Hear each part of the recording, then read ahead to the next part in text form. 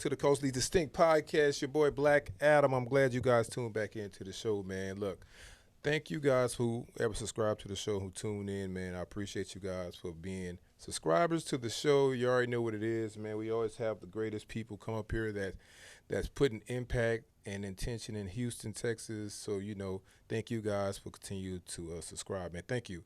Shout out to my sponsor, 605 Adult Beverages, Call Audio, and Med Pro Supply, guys. If you need a CPAP machine, if you got sleep apnea or something, anything dealing with that, hit up Med Pro Supply. They're going to supply all your needs. Tell them you saw the show on Coastly Distinct. Tell them Black Adam mentioned you, and therefore you got a little discount. So they're going to hook you up. Shout out to Call Audio. If you get injured at any work, any car accident, any fight or anything at work or whatever, make sure you call Audio. The Jones Law Practice. They're going to hook you up. And shout out to 605 Adult Beverages. As you guys who live in Houston or in the southern region of the United States, you know that it's hot and it's getting hotter. And sometimes you'll need a nice cold ice beverage. 605 Adult Beverages is what the beverages that you need. Shout out to you guys. Guys, as you know, every week we have special guests that come up here. And you already know that I'm an advocate, of course, for the SWAC, SWAC football. For those who watch football, y'all know I'm a big advocate for Southern University, but sometimes, you got to bring other individuals up here to not just talk about what they got going on. You also, you can't talk noise until y'all play them. So, but this show will be one of those shows where information is key because I live in Houston, even though I'm affiliated with the other university, but I do live in Houston, and I have a lot of partners, a lot of friends, a lot of individuals that went to Prairie View University, and I'm honored to have the head football coach up here, Mr. Tremaine Jackson. How you doing, my brother? Good, man. Glad to be here. Absolutely, man. I'm glad and honored to have you up here, man. Because I know out your busy schedule, man. You had congratulations from last year. I appreciate you. Getting to the Celebration Bowl, falling short a little bit, but you got there first year. Yep. SWAC Coach of the Year. Yep. Kudos to you on that, and you and your staff for that. That's a great accomplishment, man. So, Coach, I want to start off early, right? Because a lot of people see your success now, right? But they don't know the beginning of the process. And a lot of you guys know who watch the show. Y'all know that I did coach a little bit in college for a little while until I transitioned and went on to the federal government. But I want to know your start-off process. How did you even start off in coaching football? Yeah, man. I started with humble beginnings. Worked at A&M Kingsville for free. Room and board was the pay. Got right out of college and went and did that. At the time, I was married and had a 6-month-old daughter. So I left them in San Antonio and went to go do that in Kingsville. I just felt like I needed to get in. Yeah. And getting in at a place like A&M Kingsville with all its history and tradition, they gave me a job, man. So I went as a tight ends coach. 3 days later, I was the D-line coach and jumped in that season. And in week 3, we got fired. Wow. And so I was like, man, this coaching thing is kind of we fired. My first job, I'm fired. I'm here for free. But then I went to Trinity Valley after that. We went through that season, went to Trinity Valley, worked at Texas Southern for 4 years where I played at. Left there. We had the #1 defense in the country, and they made a coaching change. And that was where I became a coordinator at. Okay. And so that was my first DC job. We #1 in the country, and we get fired there. Wow. And so kind of thought about not doing this coaching thing. Yeah. But I'm like, every time we go somewhere, we get fired. Yeah. But I went to Evangel University in Springfield, Missouri. Okay. And that was a really big change for me. It was my first job outside of the state of Texas. And I realized how football is played in the Midwest. From there, I went to Sioux Falls, University of Sioux Falls for 4 years. Came back to Abilene Christian for 2. Became the D-line coach at Texas State in 2019. Okay. And from there, I went to Colorado Mesa for my first head coaching job. Okay. And so kind of been bouncing around from Mesa to Valdosta because of the success we had, and then from Valdosta State to here because of the success we had at Valdosta State. So to you guys that don't know, it's a saying in the coaching where it's called a coaching carousel. Yeah. And what you're speaking of is the coaching carousel. The wives that stay, they are strong because they know the moves and the positions that you might get. You might be making some money here, but this next university You're not making as much, but that's it. You tell them that just invest. It's just invest. It's coming. Keep a whistle in your mouth. Right, it's coming. And then not just that, you have kids that's gonna come over to your house and spend the night because whatever reason their parents or their ends not matching. So you one thing I learned from Eddie Robinson, man. I didn't get a chance to coach against him nor play because I was right when he retired. That's when I was playing. That's when you played, yeah. But one thing, just listening to the guys and everything that the guys used to say, one thing, one family. He used to preach one family, one team, right? All the time. Yeah. And his wife, Ms. Dolores, she said the same thing: one family, one team, their whole life, right? Yeah. Being at a university for 60 years, man. That's what it is. Oh my goodness, that's man. What it is. That's a sacrifice, but that's part of it, man. So now, I want to fast forward a little bit because I know those beginning years are the pivotal years where you're learning structure, right? Just to be a coach. Absolutely. Right? You're a young man learning how to coach, and then when you got to become a head coach, you're learning how to not just structure yourself, but structure a staff. And manage people. Right? Because that's the hardest thing. That is. Anybody that been in management, man, it's a hard thing. People got issues, man. I'm just saying, people got issues. But so now, going to your first head coaching job at Valdosta State. Colorado Mason. Colorado Mason. Yep. I'm sorry. Yep. Colorado Mason. How was that? Like, what was your expectations? I was really fired up when I got the job there, and then 8 weeks into the job, we hit COVID. So my first head coaching job, I was in this standstill like everybody was in the world, trying to figure out, thinking we coming back from spring break to start spring ball. So I had all these ideas. We were going to get in there and get the team ready to go. And we sat at home for 4.5 months, man, in Colorado. And so we had to learn how to coach on Zoom. Wow. How to meet with our players on Zoom. We just got through doing exit meetings with our players in person today. And I thought about, man, my first time ever doing this, I did it on a Zoom call. Yeah. And I really didn't have anything to tell them because we didn't know much of them. So we learned management a different way when we got on my first head coaching job because everything was virtual. And so we kind of didn't have the personal touch. Right. Which made it really gave me a lot of time to think. If this was true, kind of take an 8-week sample. If what I wanted to do my whole career, if that 8-week sample was enough to say it worked or didn't work, right? And then what else we could add to it when we did get back in person, and then how we could get it across fairly quickly because we didn't have a lot of time. Right. At that time, contact tracing was out. You didn't want to be somewhere more than 25 minutes. Yeah. And so we had to really get in and get out with our messaging and build a culture while dealing with the world crisis that was going on. And we actually played 3 football games in COVID. 3 physical games? 3 physical games. Yeah. That fall of 2020, Colorado Mesa played 3 different schools. And so we were able to get a little bit of ball without the pressures of a championship, but that's where I credit the way we built our program. Yeah. I found myself as a head coach in that 8-month period of time. Well, you know what's good about that, in that era like that, I guess you want to say that digital era, because it made you do it. It went back to old school fundamentals about coaching. Absolutely. Right?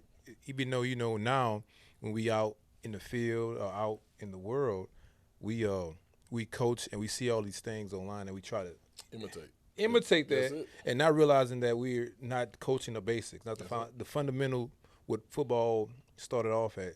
Blocking and tackling. Yeah, right. So most coaches, like old school coaches, they talk about back to the basics, right? Blocking and tackling. How do you stand? Just basic stands, right? Yeah. A lot of coaches don't coach that. They just go into these. They just think they know. Right. These techniques and all this crazy. And I'm like, what? Yeah. But yeah, that was good, man. So now fast forward. PV.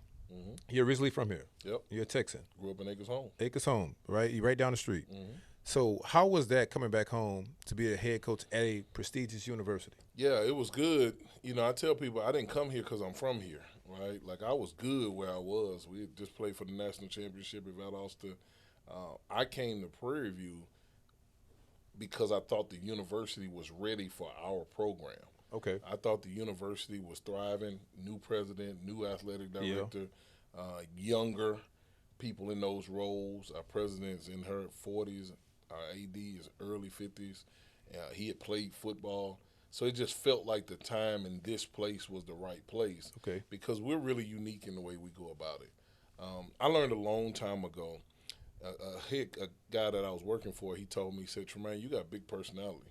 So people are going to always try to put you in a box. So when you become a head coach, you got to work with somebody that's not going to try to put you in a box. Okay. And I had been fortunate coming from Valdosta. The AD was older. He had seen a lot. He had hired a lot of great coaches. He let me be me. And I didn't want to go anywhere that wasn't going to allow me to be me. And so when I met AD Golf and we talked, and then I met our president, Dr. LeGrand, I was very upfront. Hey, here's how I am. We use social media in these ways. It's kind of different. But I think if we do it the right way, we'll have a chance to be successful early. And they agreed. And so I was looking for that. The bonus is my mama get to come to every game. 100%. Yeah. My daughter was going to U of H at the time. She just transferred to Prairie View. Okay. So all of those things were bonuses. I was catching flights to Houston a lot. Yeah. But for that to be an easy transition with my family, that was great. So you said something pivotal, and I know coaches and ADs going to see this. The buy-in. You had the buy-in from the president, right? And you had the buy-in from the AD. Yep. ADs and presidents, if you guys don't buy into the head coach's vision, it's not going to be successful. Yeah. I don't care what you do. I don't care how much money you put into the program, how much money you have in these athletes. If you three guys don't have a buy-in and a similar vision or alignment of vision. Alignment. That's what it is. Alignment of vision is not going to work. Nah. And I bought into her vision. Yeah, yeah. The journey to eminence was a big deal. I had read her strategic plan. Okay. And so I felt like it aligned with what I thought a university should do. I read our AD's core pillars to the program. Okay. And I felt like we aligned. And I'm kind of a unique type of coach. When I was at Colorado Mesa, I was appointed to the presidential search committee. Okay. So I helped hire the current president there now. I learned so much on the other side of the house, as they say, not just this athletic world, but what being a college president really is, what they need to be able to do, how school is big business. Even though we call it academia, you still need to be able to make money at the institution, right? That's right. And so I was able to see it. So when I read a strategic plan, I really felt like the vision was there. And I wanted to be a part of something with somebody with some vision. Yeah, it was brand new. You know, what's funny, the coach prior to you, he was my receiver coach at Southern. Yeah, yeah. So I used to be at PV all the time. Yeah. I used to go to you guys' facilities. I'm like, damn, they got some good facilities over here. Nice facilities over here, man. Down here in Prairie View, Texas. That's good, man. So look, fast forward. Now, you competed just say you competed, and the expectations was, PV, you win 5 games. That's a successful season. But you came in, you exceeded those expectations by y'all won what? 9? We won 10 games, and won the SWAC, right? And went to the Celebration Bowl. So now you set the bar extremely high, like extremely high. So I know when you around successful programs, people change, right? People change. Language change, just you feel a difference of like I'm a winner now, versus it being around like a mediocre program. Yeah. Does that like simmer right now in Prairie View right now? I don't think so. We don't allow ourselves to think about what we were. Okay. We keep striving to be. We tell our guys all the time, this collective of guys that we have now, they haven't done anything. That was last year's team. Yes. And so in order to keep ourselves where we need to be, striving forward for what's next, we try not to look too far back, right? What we did in 2025 was awesome, but that's what we expected to do. Everybody in our organization expected what happened to happen, and we expected to win the Celebration Bowl. Now, we fell short, but it wasn't a surprise to us. And so now, you're talking about a staff. I brought 7 guys with me from Valdosta State. We had won 27 games in 2 years. Wow. So to walk in here and win anything less than 10, would be a surprise on that end for us. Yeah, right. And so the expectation was high because that's really all we know. And Prairie View A&M is a awesome place. It's not what it was in the 90s. Oh, yeah. And a lot of people try to hold us hostage to what it was in the 90s. Those set of issues that we had in the 90s were those issues. We don't have those issues anymore. Really? Okay. Coach Dooley played for the SWAC championship. Coach Bubba played for the SWAC championship before I got there. So we had been there 2 times already anyway within the last 4 years. When we got there, we expected to not only win the West and play for it, we expected to win it, and that's what happened. And so now the feeling is, the expectation is that we win SWAC championships. Yeah. Wow. That's just what it is. Yeah. Oh, well, okay. And so, yeah. You know, and for people that's not in our building, they look at us, that's still Prairie View. Man, this Prairie View team got hands now. Yeah. Like, I don't know what you're used to, but there is a different attitude.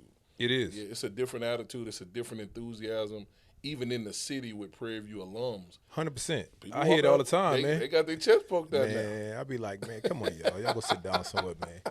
He said, man, we with the PV. I'm like, what? Come on. But that's 100% correct, because I promise you, I work with guys that went to PV. I mean, organization with guys that went to PV. I go to church with a lot of guys from PV, and they had their chest stuck out like, I went to PV and what? Yeah. I'm like, come on, man, relax, man. We in church. Come on, man. You know what I'm saying? That's it. But that's funny how football does that. A sport that few people watch and few people manage, right? But when we win, or when you guys win, or whoever wins, that alum feels like they're part of that success, and they are. And they are. Yeah. And they are. We've garnered a lot of support over the last year since we've been here. When I first got here, we had this fundraiser, and we didn't raise very much money. And I realized that at Prairie View A&M, you get as your works deserve. If you ain't done nothing, ain't nobody trying to hear nothing. 100%. And that's life, though. 100%. And I tell our players, that's life. You can't go into your job asking for a raise before you've done the work. 100%. People need to see your body of work. That's so right. we decided to put our head down and go work. And now the support is off the chain for us. That's good, man. And then we still got to be better. And we're not going to just settle, right? But it's so much better than what it was when we got here. And I get proud when I see folks out in the city with their Prairie View T-shirts on, and they see me, and they just excited, right? And so it gives us something to continue to look forward to, seeing our fans be excited about us. That's good, man. So I wanna fast forward a little bit. I know that it's still kind of viral. Yeah, it made some comments about the SWAC, not even the SWAC, but more Division I competition. Yeah. Right. So a lot of and we're gonna get into it, but I want to like kind of not address it, but I just want to put a mention to it. Yeah. You said something to the degree of, if I played schools that was like non-competitive or in my division just to get wins, of course we're gonna have a 9+, 10+ game season winning season versus playing competition. Absolutely. Right. So could you kind of like make people understand what you meant by that? Yeah. First of all, it's nothing against the conference. Let me just say that. Yeah. Nothing against the conference. But I think it goes back to my upbringing in coaching. Man, I'm from Division II. I've been 10-1 and not gotten in the playoffs in Division II. It's that type of system. And scheduling matters in Division II. 100%. The strength of your schedule matters. So not only does who you beat matter, but it matters who they beat. And this formula tells you the top 7 or 8 teams to go to the playoffs. So in my mind, if we don't play people that are reputable, then we're missing the boat. I've also sat on committees where people laugh at our conference, people that don't look like us. Wow. People that think that we're not playing a high brand of ball. Well, I believe that all the coaches in our conference are really good coaches. I believe the quality of play is really high. Yeah. But as you saw in the NFL draft, it's not respected. 100%. And so we have to come outside of ourselves and do things that are respected. If we've got good coaching, if we've got good players, then we can't allow a scheduling deal to diminish what our players are. 100%. And so if you want to be the best, if you want your players to get the best opportunity, in my opinion, then you have to play people that are reputable to the profession. Yeah. There's what we think about it as black folks, and then there's what the profession thinks about it. And I've been in the profession on both sides of the tracks. Mm-hmm. A lot of people might not care what the other side of the tracks thinks, but the other side of the tracks runs college football. 100%. And so in order for us to be reputable, in order for us to get the credit that our coaches deserve it in our conference, and in order for our players to be exposed, then we need to play people that are reputable. And as long as I'm at Prairie View A&M, as long as Anton Goff is the AD, we're going to always do that. And I didn't have any control over the schedule last year. Right. That stuff was done before I got here. But as soon as we got some control of it and AD and I started meeting, I only wanted to play people that had played in the playoffs. Okay. If you've been to the FCS play, because we don't get that opportunity, right? Prairie View is one of the few schools in the SWAC that if something happened and we played a good enough schedule and we didn't make it to the SWAC championship, we don't have a game hindering us from going to the FCS playoffs. Right. There is no Bayou Classic for Prairie View That's right. A&M because the playoffs start that week. So it's kind of like FAMU did it a couple of years ago with Coach Simmons. They ended up going to the playoffs. Right. Well, we want to be in the position to play in the postseason. And we don't care where we play in the postseason. Mm-hmm. Obviously, we want to win the SWAC. We want to go 100%. to the Celebration Bowl. It's fiscally more responsible for us to do that. In the NCAA playoffs, you're paying money to play. Right. So that's what I wanted to get into that because a lot of people don't know that. So now in the SWAC, the only schools that kind of playing postseason are the ones who win SWAC or Bayou Classic. And that's because that's a regular season game. Yep. Right. So now, but Southern and Grambling can't go in because they played a Bayou Classic. Yep. Right. So now we talking about fiscal responsibility. If you play outside of the season and you win conference, right, and you go to the playoffs, the school is responsible to get the kids and the coaches to those playoff games. So if you play North Dakota State first round, we got to go. You got to go up there. Yeah. And we could bid a home game. And if we bid it, we're saying we're going to give the NCAA this money to host a home playoff game. And the split ain't like the Celebration Bowl.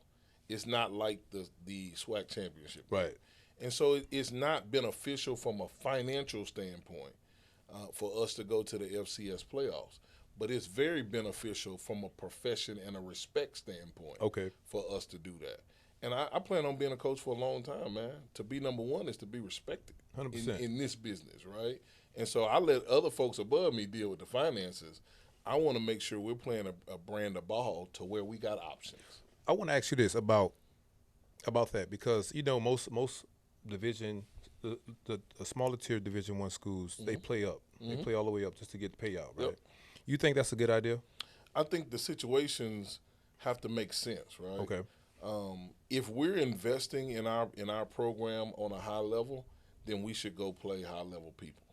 Okay. We should play people in the Big 12.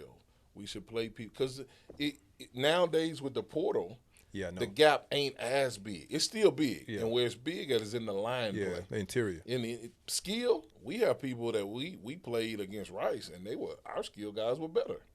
In the line play, though, is where you can see the differences, right?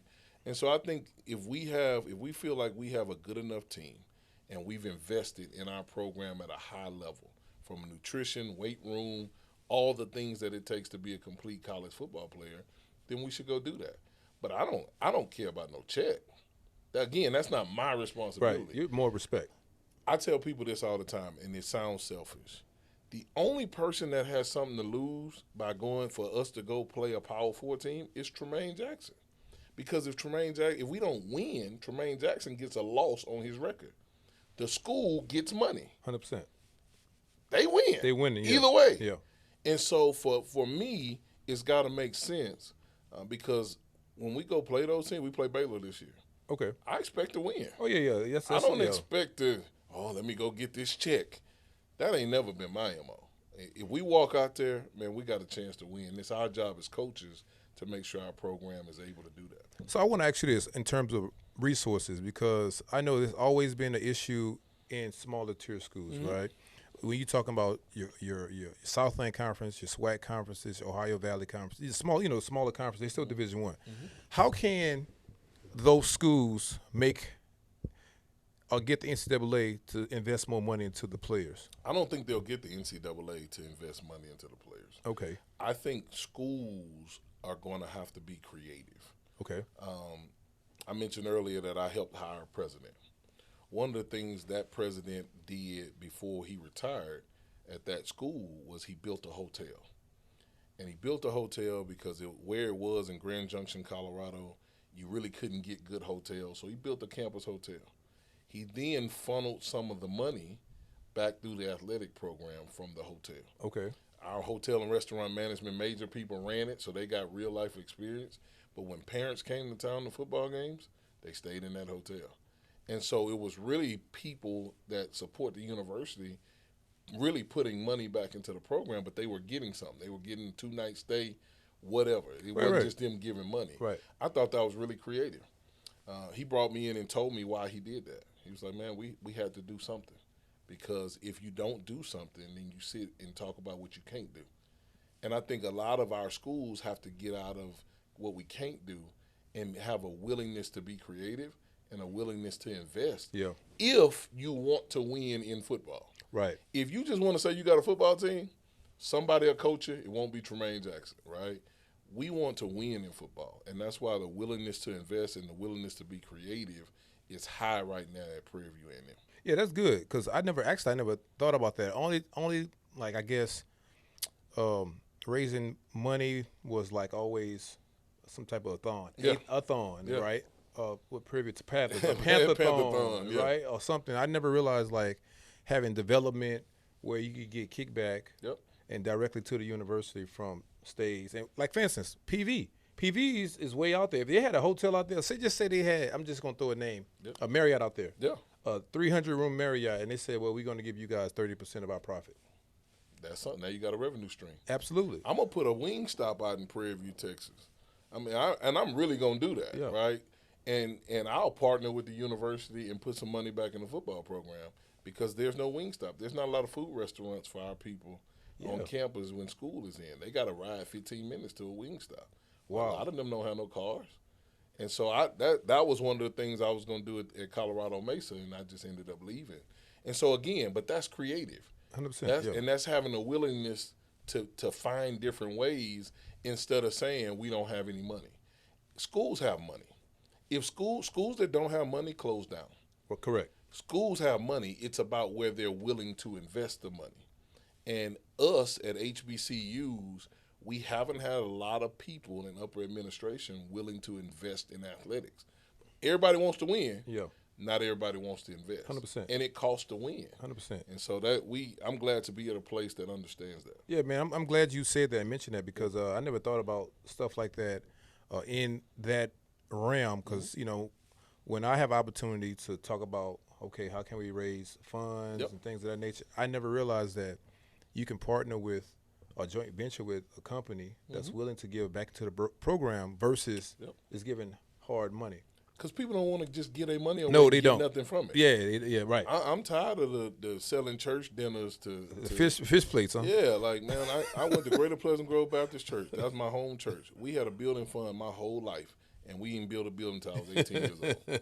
So I know it took 18 years of building fund, selling fish plates. That's the old way. It's too much creativity, too much social media out here. There's too much money. You don't even have to have a lot of education anymore. If you have a great idea 100%. and you go on TikTok and somebody partner with you, you just hit $1 million, right? Yeah, easy. And so we gotta be willing to be creative and use what we now have in our world. I want to ask you this because you're in this realm and you're a coach. This NIL, right? NIL collectives, you know. Players are getting paid now. Yep. And players are getting paid in SWAC. And they're not getting paid as much, but they're getting paid. Right. What's your thoughts on NIL? Is it effective or is it not? I don't like NIL. I don't like name, image, and likeness because I think it's too many things that you can get stuck with. I do like revenue sharing, though. Okay. And there people don't realize this, but they're two totally different things. I like sharing revenue with guys because I think when you're winning and you got a guy that's balling, he should get something. Absolutely. Right? Now, at Prairie View A&M, I'm not giving you anything until you ball. Okay. If you ain't made a play, how could I, as a business person, how could I give you something and I haven't seen? I'm blind investing, right? And so when I do that and I lose, what do you do with your losses? You cut them. Well, you can't cut players for athletic ability. So what we've chosen to do is when you come here and you make plays, we'll start talking about sharing revenue. Okay. But if you don't make no plays, then you're not who you say you are. No harm, no foul. All I lose is a scholarship. Okay. And that's how we do it, right? There's some people out here giving kids this money, and they haven't done anything. Then the kid got a hamstring for the whole year. Maybe he does, maybe he doesn't. Yeah. But he already got the money. 100%. And so you're starting to see these schools in the Power Four sue these young men, right? And there's all these rules that they're trying to get because you gave them something for nothing. Right. We equate it to the iPad to a baby, right? Kids stand in the middle of the store in Target. We used to just stand there and cry, right? Mama just sit there and let us cry. Right. Now mamas hurry up and find their phone, their iPad, and give them something to stop crying. Right. So somebody, I think it was a swimmer, told these kids they should be getting paid in the house settlement. And now everybody standing in the iPad crying, and we keep giving them, the Target crying, we giving them iPads. Yeah. Our kids cry a little bit at Prairie View and them. Really? You going to stop crying. And you going to bawl, and you going to stop crying. But the thing is, so my thing is this. Like you said, revenue sharing, I don't have no problem with. Like you say, you ball, you show me something, I'll give you something, right?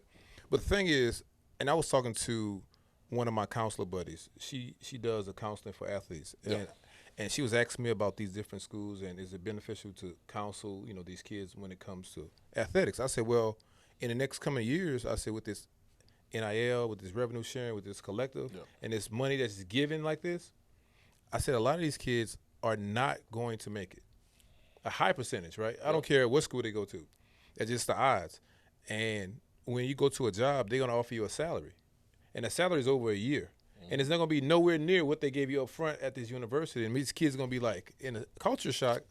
And that's when depression and mental stuff starts setting in. And that's why I said her job is going to be prevalent, right? Oh, yeah. So I don't know how that's why I'm so fascinated with coaches now, because now coaches are no longer ball coaches. Mm-hmm. They're mental health counselors and they're money managers, right? I tell people HC stands for head counselor. Yeah. I got a couch in my office. Guys coming in, lay down. We got great relationships with our players, I like to think, where they come in and talk to us about what happened at maybe previous institutions. Mm-hmm.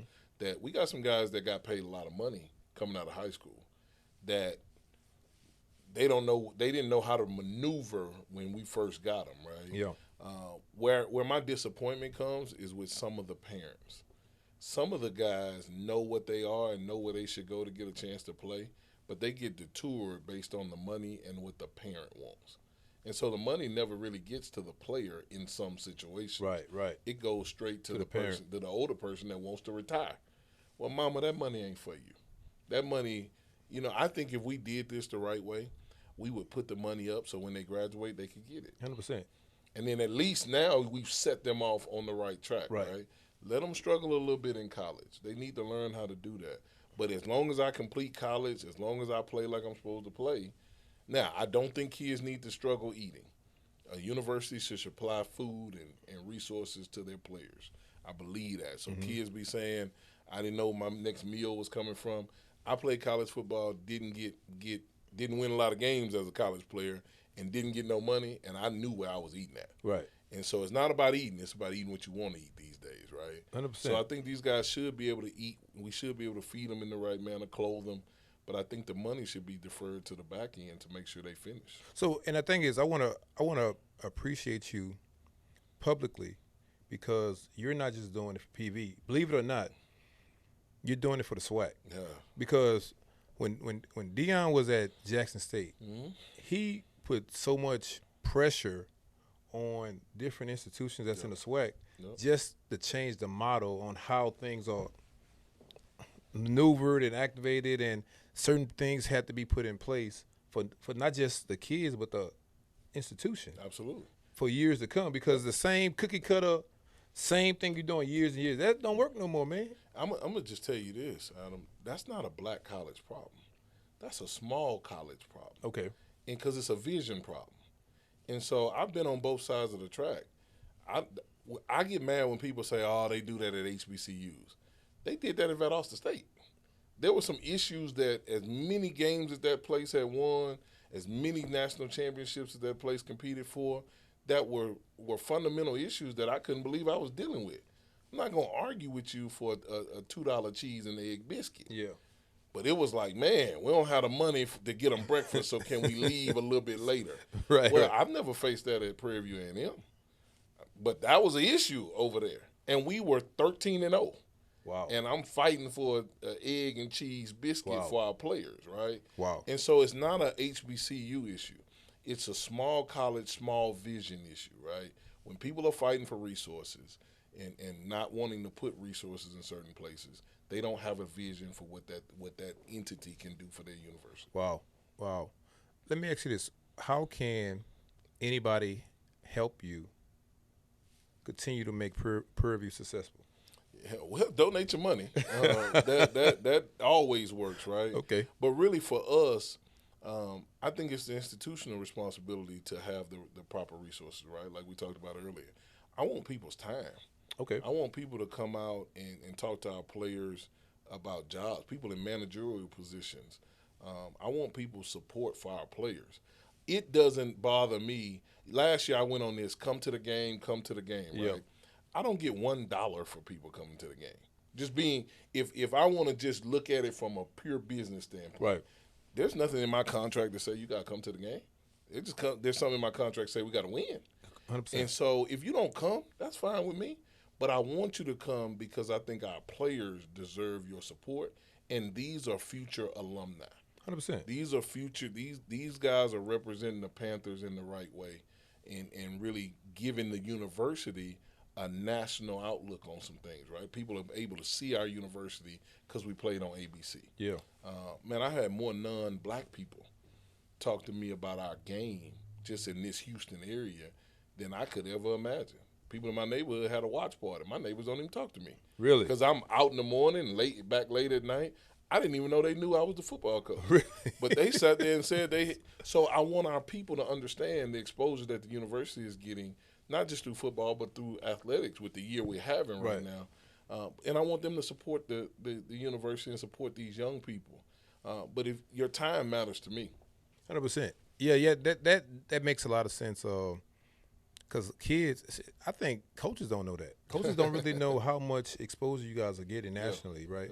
Yeah. Just because you guys play on national television a couple of times a year, they don't realize a lot of people are looking because, especially so the thing is, I'm from Louisiana, right? Yeah. So being from Louisiana, we have limited resources. If you didn't go to like the LSU or like these major institutions, now Tulane, you're not really getting no funding, right? Absolutely. But the thing is, the reason why everybody wanted to go like to a Southern and Grambling, because you got 21 million people watching you at the end of the year. At the end of the year. They be like, man, people in Japan watching the game is like, you know what I'm saying? So you're getting that exposure. Absolutely. And that's part of the SWAC. And it's now other schools in the SWAC is getting that exposure, and now the bands are getting that exposure. So the thing is, a lot of these kids don't realize they're getting a lot of exposure and everything. But to your point earlier, you said now it has to come to the respect of the ball. Yep. Right? They need to respect our ball. Yeah. Now let me say this about exposure. When people see Prairie View A&M on the national stage, they then have a chance to research our business school, our architectural school, our school of education. They can come see what we're doing academically. And I think we have to realize that the world has changed from a athletic standpoint. Guys don't come to Prairie View first off in football for academics. We have to show them what we offer academically. 100%. The initial attraction is football when they come to play for us, right? 100%. And so we then get a chance to showcase that. And as we're on TV, as we're being exposed, as we're being talked about, then somebody somewhere might look into, well, let me see what programs they got. And then we get a chance to shine from that aspect. That's changed in the last 50 years. Okay. It used to be go to PV, get an engineering degree. Well, you can still do that, but now people get to find out there's engineering degrees all around now. Yeah. Now people get to find out not only do they play good football, but they have one of the best engineering programs in the country too. Right. So now it makes the package more special, if that makes sense. That makes sense. That makes 100%. Because I know we're going to be there with the Prairie View the PV Foundation, the Southern Foundation. When we play y'all, we going to have a big block party. Absolutely. We going to bring about 30,000 people with us, though. You know what I'm saying? That's what y'all say. That's what y'all say. I ain't seen that yet. That's what y'all say. We going to bring your homecoming crowd. That's right. So, look, Southern, when we play PV, y'all got to come down, right? So I want to ask you this. What is the schedule this year? the individuals that you guys play? Yeah, man, we opened up with number 3, number 4 team in the FCS at Tarleton State, August 29th. Okay.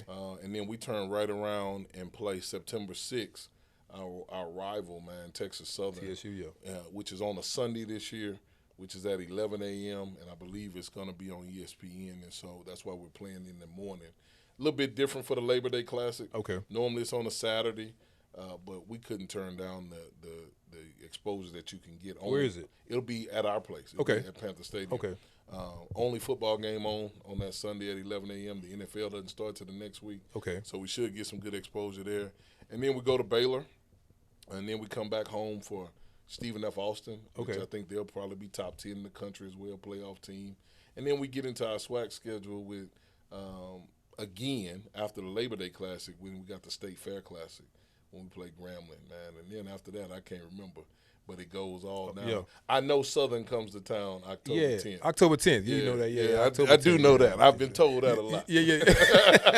October 10th. So camps, prior to the season, are there any camps that you guys have going? Yeah, we do the Houston Showcase, man, and it's been a really good deal for us. We've invited, we've got confirmed about 40 different universities. Okay. They're going to come down. And when you're in Houston, man, people want to come and recruit. So we'll have those Big 12, Power 4, other Power 4 institutions there. June 4th is the first one. June 7th is the second one. So it's a Thursday and a Sunday. We try to be right in between. They do a big camp in Dallas, so we try to be right in between to not pressure people to pick one or the other, but to be able to do both and get exposed.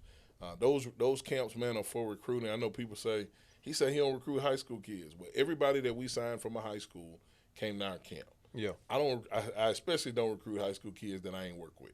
Really? So you do sign kids out of high school? We do. We signed a dozen this year. We signed 18 the year before. Oh, wow, okay. And those kids came to camp. And so we'll sign whoever we think can play, right?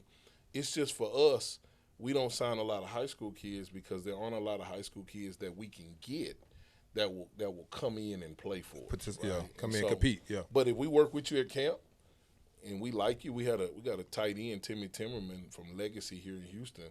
That dude came to camp. He was a mid-year enrollee, and he looks really good right now as a true freshman, right? Oh, wow, okay. He go to the prom this weekend, right? He's finished college before he even went to the prom. So we do sign him, but we sign him from that camp. Got you. Okay, that's good. That's good. So in closing, on my last question, man, this is going to be the most pivotal question. All right. Right? Why did you even get into coaching? Man, I got into coaching because of a guy named Van Malone. I know Van. Yeah. That's my guy. Van Malone is my high school coach. Okay. Man, I lived with Van Malone. Yeah, I was his first son before Brendan was born, his real first son. Yeah. Man, that dude took me on all my recruiting visits, and I just wanted to pay him back. And he was like, man, if you want to pay me back, just do it for somebody else. Well, at that moment, man, I knew I was going to be a coach. Another guy named Ernest Carswell was my middle school coach. When I told him I wanted to get into coaching, he really helped guide me on some things, man, in just being a man. Mm-hmm. I grew up without a father, so my coaches were always my father figures. And those two dudes, man, were really influential. So every day I wake up, I'm trying to give back what was given to me. Good. And so it's really a ministry for me. I don't know if I could do anything else. People got all these plan Bs. I don't have no plan It's B. just football, right? That's all I got, man. So as Football. long as somebody let me coach with a whistle around my neck, we're going to do it. But we're trying to build better people using the game 100%. of football. 100%. That's good, man. That's good. So how can individuals get in contact with you about the camp or about they might have a kid that, they want what you look at or just recruiting purposes? How can they get in contact with you? Man, I'm on social media on all platforms. It's at Coach Jack 212, at Coach Jack 212, X, Twitter, whatever you want to call it, Instagram, the whole deal. If you got a recruit for us, you need to send it to Dr. Chris Williams. He's our general manager, and Shay Taylor is our assistant general manager. They handle their emails are posted on our website. They handle all recruiting for us because if you send it to me, it might not ever get to the right 100%. place. Yeah. But for all inquiries about anything, if you want to reach out to me on social media, please do. That's it, man. And look, I'm glad you came to the show, man. As you guys can see, we learned a lot of stuff about Coach Jackson. Not just that, but at the same time, his purpose, right, and why he does this. And not just that, but we looking forward to October 10th when we play the Jaguars. You know what I'm saying? So y'all get ready for that. But no, Coach, good luck in the season. I might come out there because I know, like I said, I know a lot of alumni. With the PV, I'm gonna come out there. If you see me, I'm just gonna. You know, you're welcome anytime. Yeah, man. I'm gonna come out there, check y'all out, man. If you guys are in the Texas area and you guys never been to a PV game, make sure y'all stop over there in Prairie View, man. When the season starts, just go check the campus. It's a beautiful campus, man. Beautiful campus, way out there in Prairie View, but it's beautiful.